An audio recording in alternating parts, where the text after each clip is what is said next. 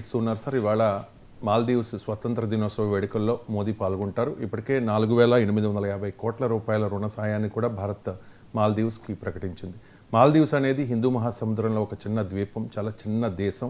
Sir, Maldives పర్యటన importance ఏంటి?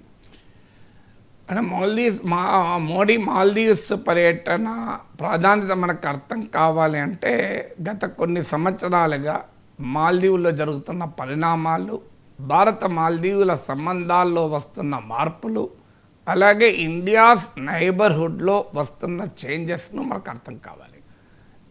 భారతదేశము మాల్దీవుల మధ్య సంబంధాలు ఇటీవల కాలంలో బాగా దెబ్బతిన్నాయి. 2023లో మొహమ్మద్ మొయిజు ప్రెసిడెంట్గా ఎలక్ట్ అయ్యాడు. ఆ ఎన్నికల సమయంలో ఆయన క్యాంపెయిన్ ఇండియా అవుట్ అనే క్యాంపెయిన్, అంటే భారతదేశాన్ని మాల్దీవుల నుంచి వెళ్ళకూడదామని. వాస్తవంగా భారత సైన్యము పెద్ద ఎత్తున మాల్దీవులు ఏమీ లేదు, చాలా చిన్న కంటింజెంట్ మాత్రమే ఉంది. 2 ధ్రువ్ హెలికాప్టర్లను భారతదేశం మాల్దీవులకు ఇచ్చింది. అవి కూడా మిలిటరీ హెలికాప్టర్స్ కాదు. కానీ మాల్దీవుల్లో అదొక సెంటిమెంట్ను రగిలించింది. అంటే మాల్దీవులు ఇండియాకు ఒక లోబడి ఉంటుంది అని. సో దాన్ని రాజకీయ నాయకులు ఎక్స్ప్లాయిట్ చేశారు. అంటే ప్రజల్లో పెరిగిన యాంటీ ఇండియా సెంటిమెంట్ను కాస్త పార్టీలు మరింతగా పెంచాయి. అందువల్ల మహమ్మద్ మొయిజు ఇండియా అవుట్ అనే క్యాంపెయిన్తో పెద్ద ఎన్నికల ప్రచారం చేశారు. సో ఇప్పుడు మన దేశంలో anti Pakistan, anti China rhetoric ఏ రకంగానైతే రాజకీయాలని ఎన్నికల్ని ప్రభావితం చేస్తాయో, పాకిస్తాన్లో ఎలాగైతే యాంటీ ఇండియా సెంటిమెంట్ రోజవుతుందో, నేపాల్లో ఎలాగా యాంటీ ఇండియా సెంటిమెంట్తో రాజకీయాలు జరుగుతాయో, అలాగే మాల్దీవ్స్లో కూడా యాంటీ ఇండియన్ సెంటిమెంట్ను రాజకీయంగా మొహమ్మద్ మొయిజ్ ఉపయోగించుకొని అధికారంలోకి వచ్చాడు, ఇండియా అవుట్ క్యాంపెయిన్ అని. సో తాను అధికారంలోకి వచ్చిన వెంటనే మాల్దీవుల్లో ఉన్న ఆ కొద్దిమంది భారత సైనికుల్ని కూడా పంపించేశారు. ఆ తర్వాత జరిగిన పరిణామాలు ఏంటంటే, మాల్దీవుల మంత్రులు 3 మన ప్రధానమంత్రి పైన అనుచితమైన వ్యాఖ్యలు చేశారు. ఎందుకు చేశారంటే, ప్రైమ్ మినిస్టర్ లక్షద్వీప్కు వెళ్ళి లక్షద్వీప్ను ప్రేజ్ చేస్తూ దాన్ని ఒక పర్యాటక కేంద్రంగా అభివృద్ధి చేస్తాము అని ప్రకటించారు. ఇది భారతదేశంలో అంతర్భాగం లక్షద్వీప్, మన దేశంలో ఉన్న ఒక భూభాగాన్ని మనం ఎలాగైనా డెవలప్ చేసుకోవచ్చు. కానీ మాల్దీవ్స్ దాన్ని పర్సీవ్ చేసింది ఏంటంటే, మాల్దీవుల్లో ఇండియా అవుట్ అనే సెంటిమెంట్తో మొహమ్మద్ మొయిజు గెలిచాడు కనుక, భారత వ్యతిరేక భావన పెరుగుతోంది కనుక, మాల్దీవులకు కాంపిటీషన్గా లక్షద్వీపుల్ని భారత ప్రభుత్వం డెవలప్ చేస్తోంది అనే భావన మాల్దీవుల్లో కలిగింది. దాని ఆధారంగా మాల్దీవుల మంత్రులు భారత ప్రధానమంత్రి పైన చాలా అభ్యంతరకరమైన వ్యాఖ్యలు చేశారు. దానితో ఇండియాలో బాయ్కాట్ మాల్దీవ్స్ అని ఒక పెద్ద క్యాంపెయిన్ నడిచింది. దాంతో మాల్దీవులకు వెళ్ళే భారత పర్యాటకుల సంఖ్య 33% పడిపోయింది. మాల్దీవుల్లో ఉన్న టూర్ ఆపరేటర్లు దెబ్బతిన్నారు. Maldivian economy is highly dependent on tourism. ఎందుకంటే నేను ఆ దేశానికి వెళ్ళాను కూడా. మాల్దీవ్స్ ప్రభుత్వ ఆహ్వానం మేర మాల్దీవ్స్ పోలీస్ సర్వీస్ వాళ్ళు క్లాసులు చెప్పడానికి పిలిస్తే వెళ్ళాను. సో ఆడ 1 వారం రోజుల పాటు అక్కడ ఉన్నాను.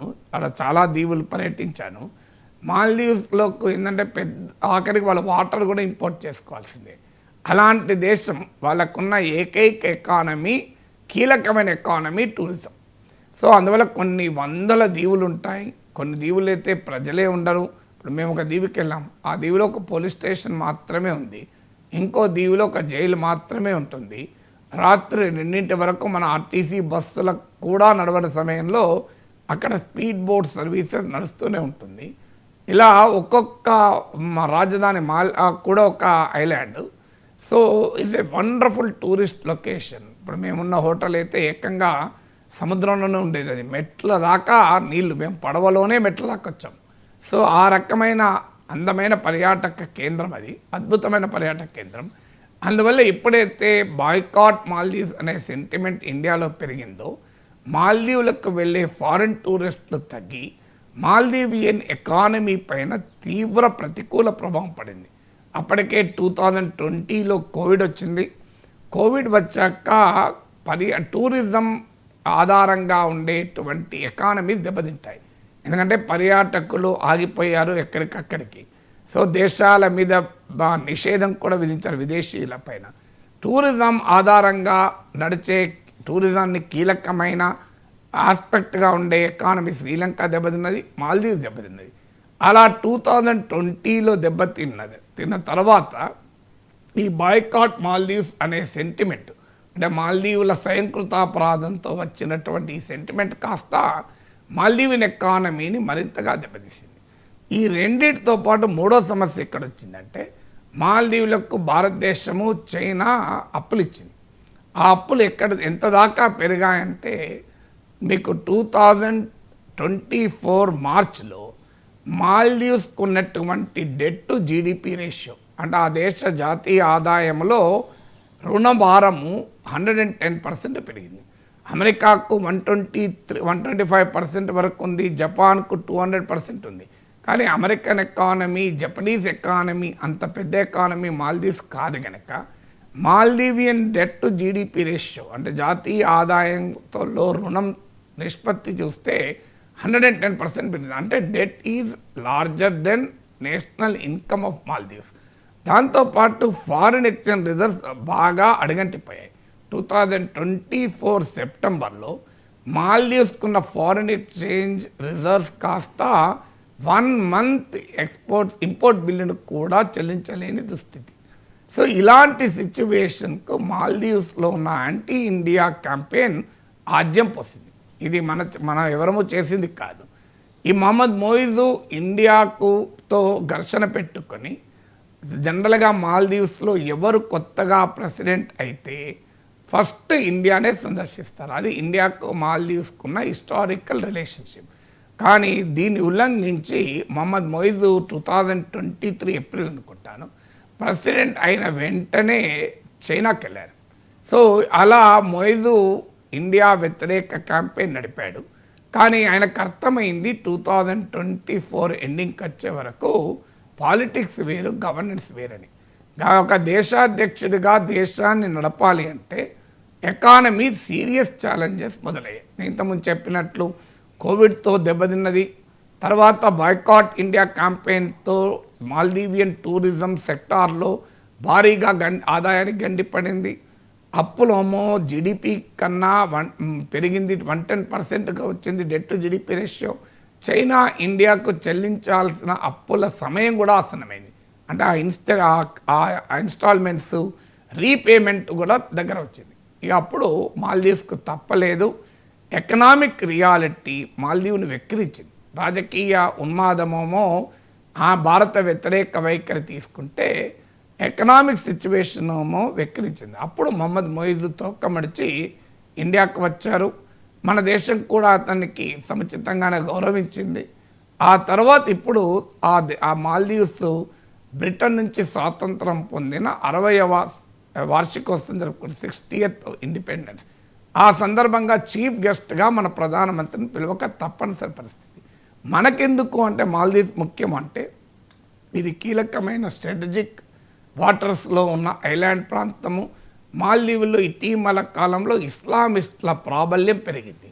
ఇస్లామిస్టుల ప్రాబల్యం ఉన్న పాకిస్తాన్తో మనం ఆల్రెడీ ఇబ్బందులు పడుతున్నాం.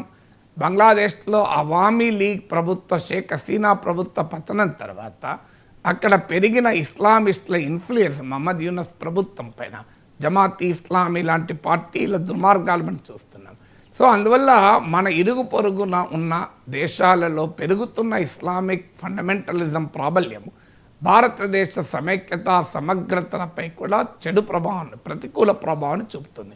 Adverse impact on India's unity and integrity కూడా.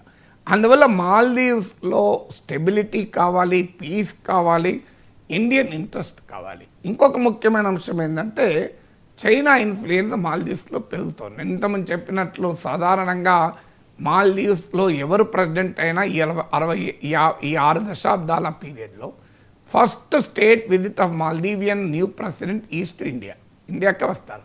కానీ మొయిజు కావాలని చైనాకు వెళ్ళాడు.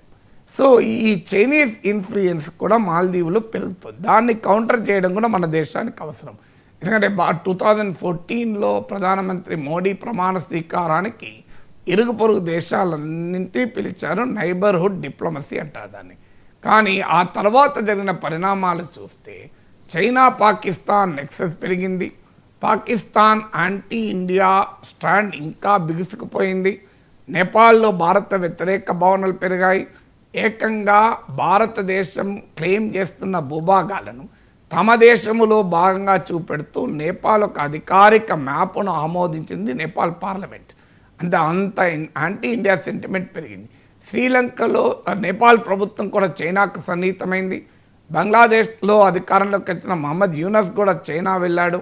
అక్కడ చికెన్ స్నెక్ అంటే నార్త్ ఈస్టర్న్ ఇండియాను మెయిన్ల్యాండ్తో కలిపే చిన్న ప్రాంతము, తక్కువ విడుతున్న ప్రాంతాన్ని చికెన్ స్నెక్ అంటారు.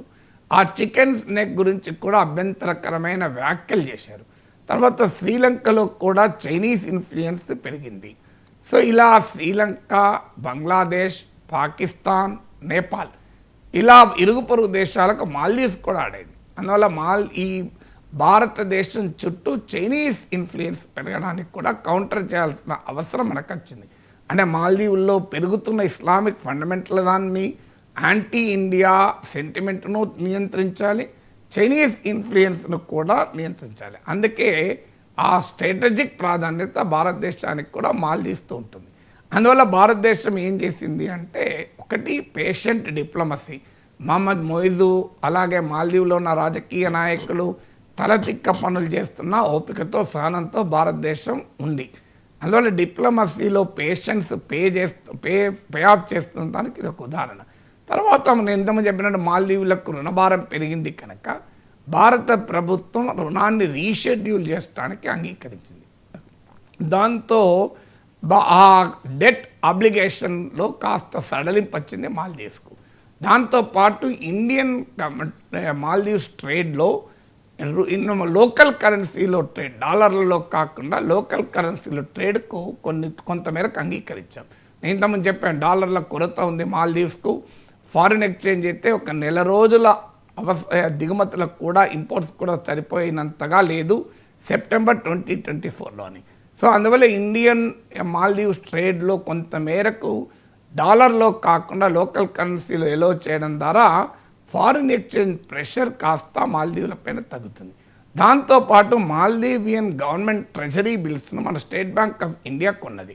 సో ఇలా ఎకనామిక్గా కాస్త మనం వెసులుబాటు మాల్దీవ్స్కి ఇవ్వడము, రాజకీయాలేమో ఎన్నికల సమయంలో పనిచేస్తాయి, తర్వాత ఎకనామిక్ రియాలిటీ ఉంటుంది. సో ఆ ఎకనామిక్ రియాలిటీ ప్రివేల్ అవ్వడం మొదలైంది. ఇప్పుడు మొన్నటిదాకా మన దేశంలో కూడా China boycott China, anti China అని మొదలైంది. చైనా యాప్లు బహిష్కరించారు, బాల్కన్లకు వెళ్ళి చైనా వస్తువులు పడేశారు. ఇప్పుడు ఏం జరుగుతుంది?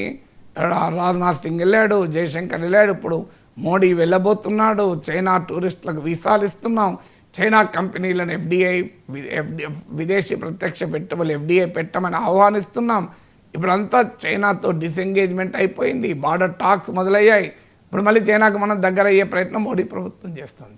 అందువల్ల డిప్లొమసీ వేరు, పాలిటిక్స్ వేరు, గవర్నెన్స్ వేరు, పాలిటిక్స్ వేరు. మాల్దీవ్స్లో కూడా పాలిటిక్స్ ఏమో భారత వ్యతిరేక సెంటిమెంట్ పెంచింది, ఎకనామిక్ రియాలిటీ ఏమో ఇండియాతో స్నేహం ఆవశ్యకతను పెంచింది. ఫలితంగా మాల్దీవ్స్లో ఈ చేంజ్ వచ్చింది. ఇండియాకు కూడా పాజిటివ్గా రెస్పాండ్ అయింది. అందువల్ల ప్రైమ్ మినిస్టర్